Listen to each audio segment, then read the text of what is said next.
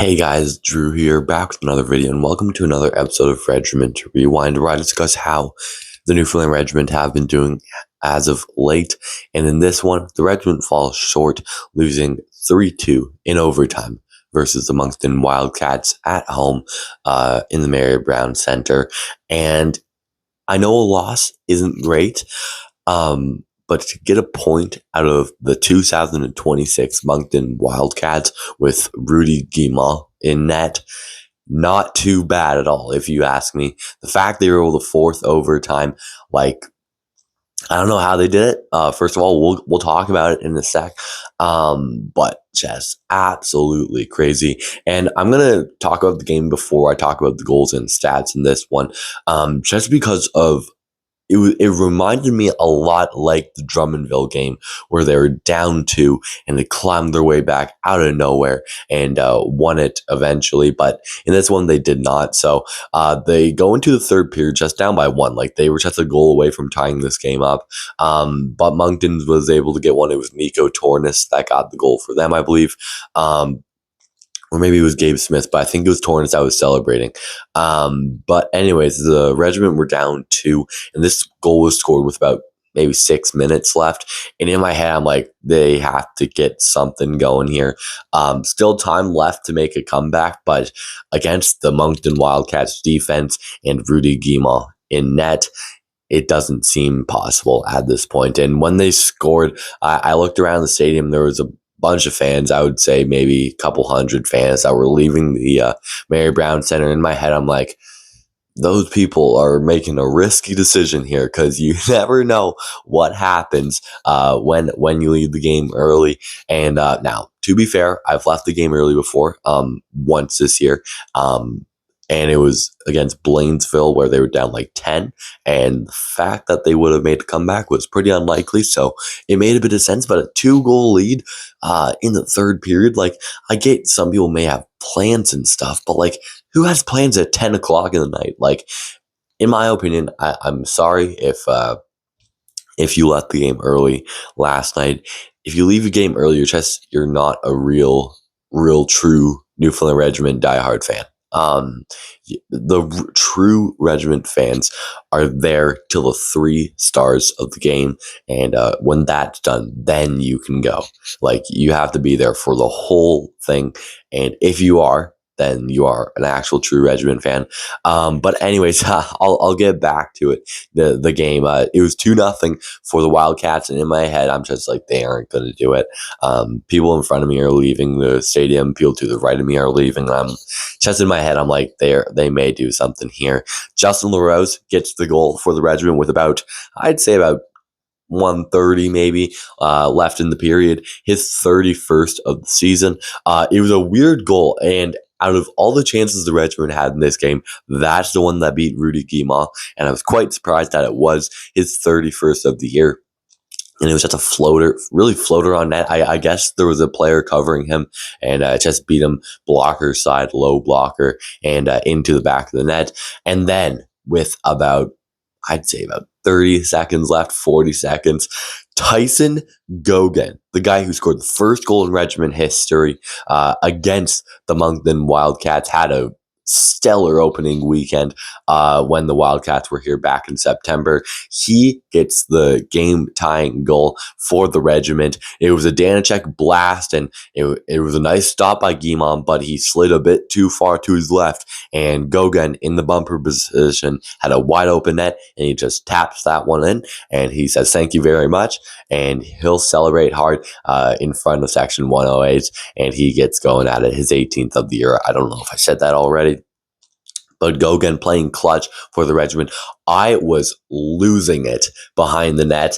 So if you guys don't know where I said, I'm behind the regiment's net where they shoot twice in Section 103. And the goal is scored down in my end. So I was just jumping up and down. Like, I hope for those fans that were in my section, like, I hope you didn't see me, because I was just, I don't know what was going on.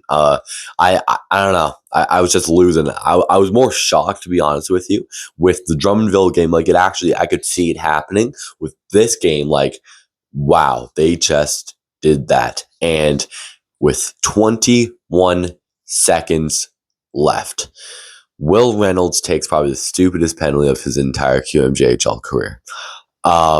So it's Teddy Mutrin that's skating up the right side of the ice, trying to go last rush for Moncton probably, and Reynolds kind of sticks his knee out. And if you guys remember the Radko Gudas, Austin Matthews saga back a couple days ago, it wasn't as bad as that, but it was just a knee-on-knee collision, and it looked really bad.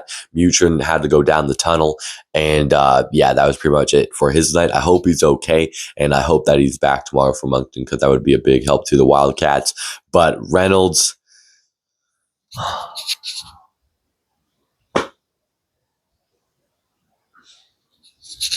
The Regiment take the most stupidest penalties in the entire QMJHL. Dawson Sharkey, last night... yeah. It was just dumb stuff from the Regiment. Stay out of the box. That is the key word for the Regiment. And I hope Gory Dwyer is telling them it.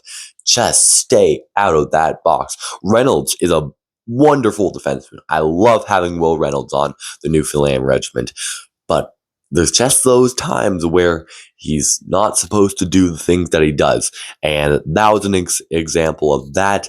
He gets kicked out of the game. It's a 5-minute penalty, but there were 3 minutes on the clock, which was a bit confusing.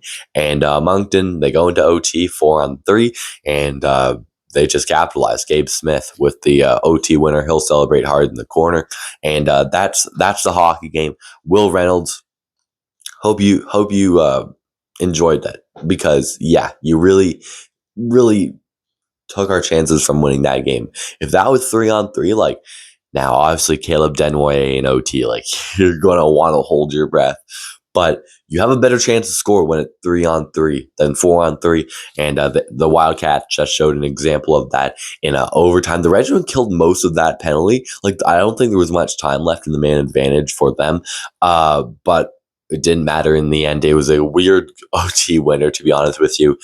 Gabe Smith was down, I'd say goal line level, to the side of the net, and he kind of just ringed it on net and picked up the rebound. Didn't know where it was. There was just a bunch of bodies in front, and Gabe Smith just roofed it top right, I believe, and scored the OT winner. So Regiment falls short to the Moncton Wildcats. Louis Antoine Deneau, 909 save percentage last night. So pretty good game from him, but Rudy Guimont, obviously, like, I really hope they start Jacoby Weiner in net today for the Wildcats, because Guimont was just the main reason why the Wildcats were able to stay in that game. But before I go out here today, I just want to say, and it's the title of this video, and I have to say it once.